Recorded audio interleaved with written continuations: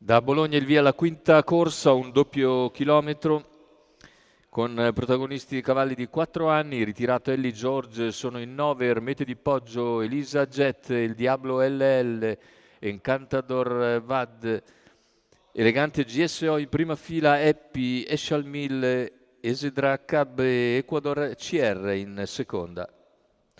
Corsa molto incerta con Eshal Mill giocato in chiusura. In partenza tenta di assumere l'iniziativa Il Diablo LL, ma più all'esterno c'è Cantador Vad che parte velocissimo e conquista la testa proprio su Il Diablo LL, mentre all'esterno si fa luce anche Elegante GSO che si presenta dopo 200 metri di gara.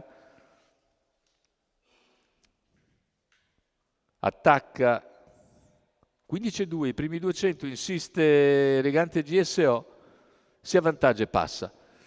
All'esterno c'è allora Elisa Jet che progredisce, seguita da Eshal Mill, tanto i primi 400 in 32. Elisa Jet avanza su Elegante GSO. I cavalli stanno per completare la curva che porta i primi 600 coperti in 45-3 da 1.15,5. Numero 5, Tanto la squalifica per Encantador Vad, che era secondo alla corda ma si getta di galoppo e quindi finisce a tabellone. All'esterno invece si impegna Elisa che è su Elegante GSO, a contatto Eshal Mill e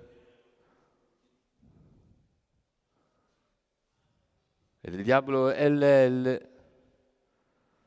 All'esterno cerca di avanzare anche Eppi. Intanto il primo chilometro se ne va in 1.15 netto. Sempre leader Elegante GSO, all'esterno Elisa, seguita nell'azione da Eppi. Lungo la corda rimane il numero 8 Eshal Mill, poi Il Diablo LL.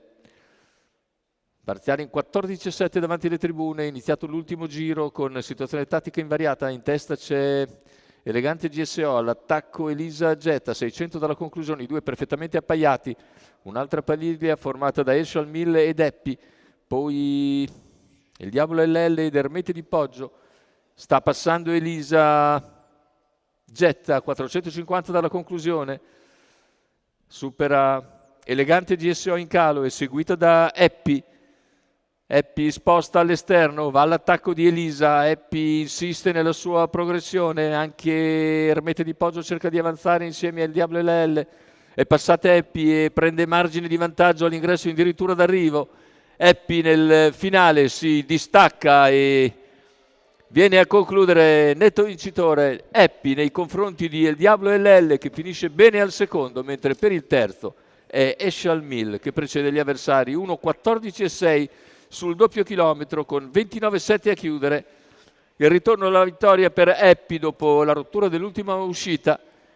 Andrea Farolfi la porta al successo con un finale travolgente per conto di Andrea Sarzetto della scuderia Lagunare. Andiamo a vedere le immagini dell'arrivo solitario di Eppi. Il secondo posto per un ottimo Il Diablo LL che era uno degli estremi outsider. Al terzo posto finisce Eshal Mill.